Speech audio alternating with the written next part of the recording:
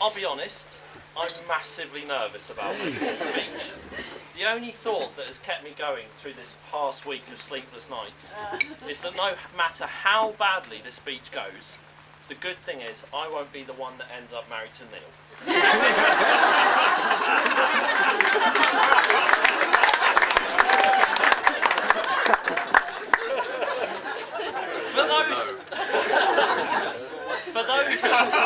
For those who don't know me, my name is Chris, and I met Neil in the Southampton Youth Orchestra about 10 years ago.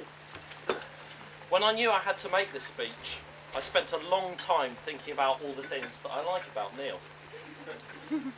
When, after 1 month, I'd still come up with nothing, I started to think about all the things I don't like.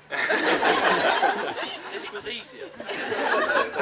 Firstly, I don't like the way that Neil doesn't look where he's going before he sits down. Seriously, he's nearly suffocated me 3 times. 3 times.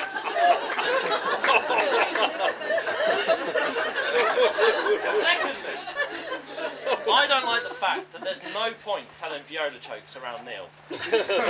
When that's the reality, there's just no point.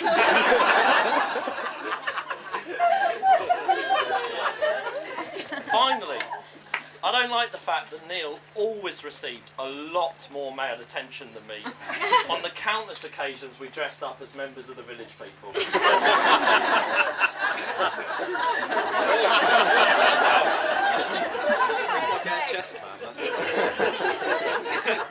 I could go on. Yeah, go on.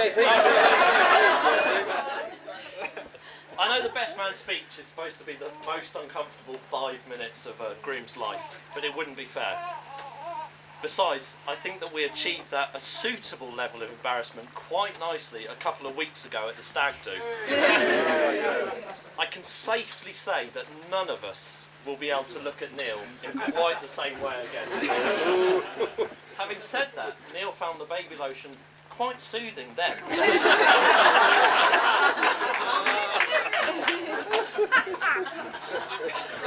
So now I need to mention a few people.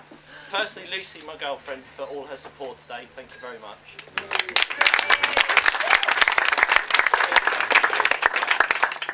Secondly, the bridesmaids. You've done an excellent job today. And as is traditional, I'd like to thank Neil for his kind words on your behalf. Enjoy the moment, Neil. That's the last time you'll get to speak for 5 minutes uninterrupted for the rest of your life.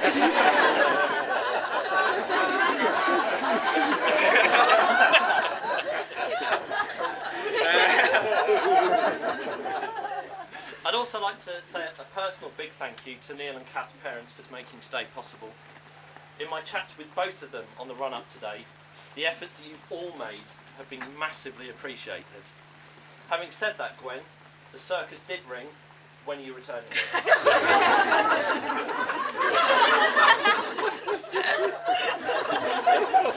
And so, to the most important presence in the room, Neil's massive hair. It's so good to see you made an effort today. Bill Oddie also asked me to say a personal thank you for protecting such an important habitat.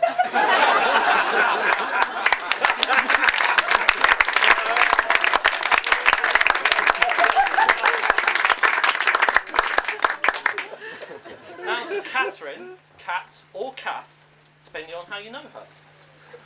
Firstly, I have to say a personal thank you for trusting me both with this speech and Neil during the stag weekend. I hope that you'll still be speaking to me at the end of today. I can only apologise for Neil, but you look absolutely beautiful. And I hope you enjoyed today as much as I have.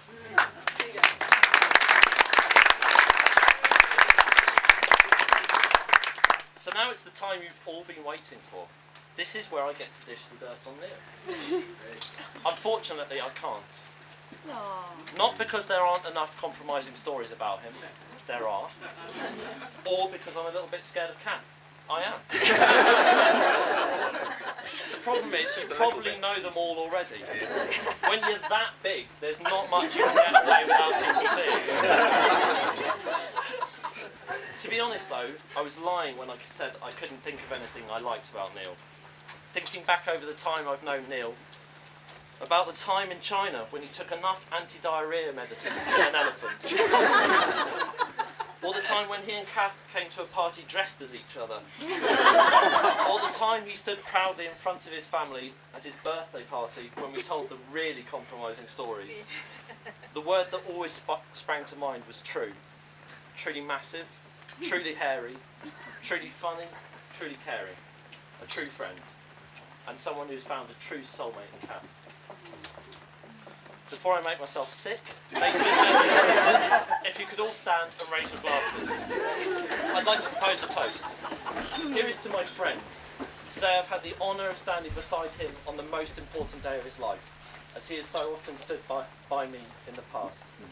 I wish him and Kath a life filled with happiness and joy. Ladies and gentlemen, the bride and groom.